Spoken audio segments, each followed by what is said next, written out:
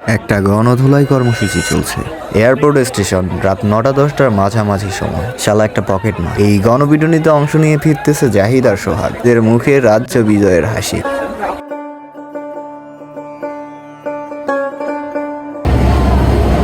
বাংলাদেশের ট্রেন আর আমার ব্রেন দুইটাই স্লো। ট্রেন আসার কথা 8টায়, আমরা আসছি আরো আগে। জানি ট্রেন টাইম মেনটেন করে না, কিন্তু এতটা করে না। এখন আফসোস হচ্ছে কেন যে পকেট মারটারে ধোলাই দিলাম না।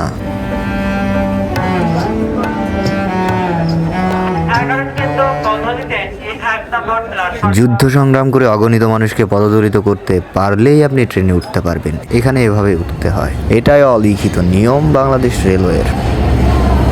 হাজার হাজার মানুষ সবাই স্ব ব্যস্ততায় অপেক্ষা করছি ট্রেনের। ফাইনালি ট্রেন আসছে, ট্রেনে উঠতে হয়েছে সংগ্রাম করেই।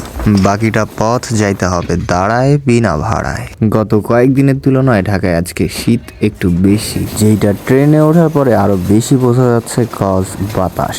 জীবনে মাঝে মধ্যে ভুল করে হলেও মুরব্বীদের কথা একটু শুনতে হয়। কেন বলতেছি এই কথা? আমার ইচ্ছা ছিল ছাদে যাওয়ার, এর মধ্যেই বড় মামা ফোন করে জাহিদকে বলছে ছাদে করে যাতে না আসি। ট্রেনের ভিতরে এত শীত, ছাদে হলে আরো জমে যাইতাম। আমি কইলাম না টাকা চেক দিবে।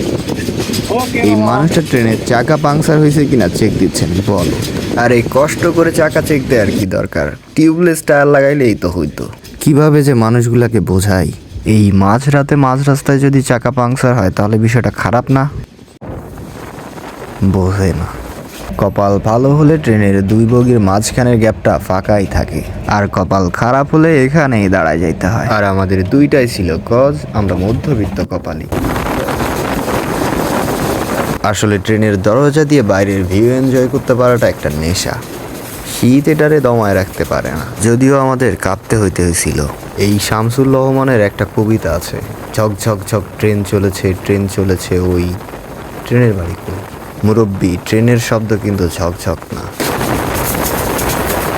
মুরব্বীদের মুখোমুখি দাঁড়িয়ে বড় বড় সত্য কথা বলতে পারাটা সমাজের চোখে পাপ হিসেবে পরিগণিত হয়, আর আমি তো পাপী। তবুও আপনাদের প্রশান্তির জন্য বলতে চাই, দুঃখিত, ক্ষমা করবেন। বিনা টিকিটে ট্রেনে উঠলে সবচাইতে বেশি আতঙ্কের বিষয় হয় টিটি। আরো বেশি ভয় পাবেন যখন আপনার পকেট থাকবে ফাঁকা। টিটি আসলে একটা দণ্ড দিল, 3জন মিলে 500 টাকা। টাকা দিতে হইল জাহিদকে। আমি মুরব্বীদের কথা শুনি না, তাই ফাঁকা। অ্যাটলিস্ট 550 টাকায় মানছে। আর তো টাকাই ছিল না সম্ভবত আমাদের কারো কাছে।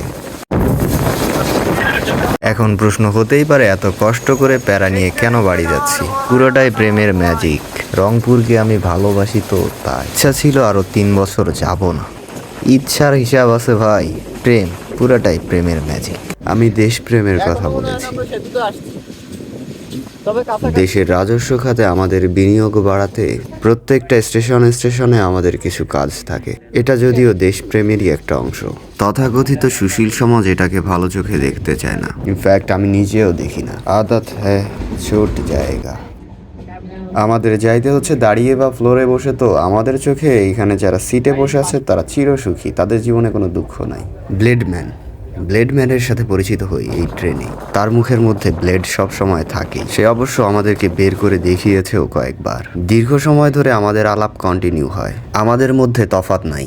সেফটির কারণে আমি আমার সাথে কলম রাখি অস্ত্র হিসেবে, সে রাখে ব্লেড। তার বিশেষত্ব হলো সে সব সময় সেটা মুখেই রাখে। ব্লেড মুখে রাখা অবস্থায় সে খাবার খেতে পারে, আবার পানও করতে পারে। এতে তার কোনো সমস্যা হয় না।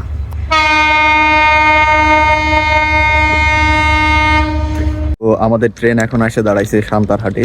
আর এখন ভোর রাত। স্টেশনের পর স্টেশন ছেড়ে যাচ্ছি। আমাদের চূড়ান্ত গন্তব্য ফাইনালি সিলেক্ট করলাম, রংপুরেই নামবো। এই দুই বগির মাঝখান জায়গাটা চমৎকার, স্থির থাকতে দেয় না। এখানে বডিটাকে দাঁড় করায় রাখলে ড্যান্স স্টেপ অটো হয়ে যায়। এই শেষ রাতের দিকে শীত একটু বেশি, পা দুইটা কেন জানি আর দাঁড়ায় থাকতেই চায় না এই শেষ সময় আসে। এখন আমরা এসে পৌঁছাইছি বদরগঞ্জ, সম্ভবত এর পর স্টেশনই রংপুর। একদম ভোরবেলা আসে আমরা পৌঁছাইছি রংপুর। আলহামদুলিল্লাহ সেফলি ল্যান্ড করলাম রংপুরে। রংপুরের ব্যাপারটাই আলাদা, চারিদিকে ঘন কুয়াশা, ধোঁয়াশার মতো চিন্তা মাথায় গিজগিজ করছে। শুক্রিয়া সাথে থাকার জন্য। নেক্সট এপিসোড আসতে যাচ্ছে নেক্সট উইক।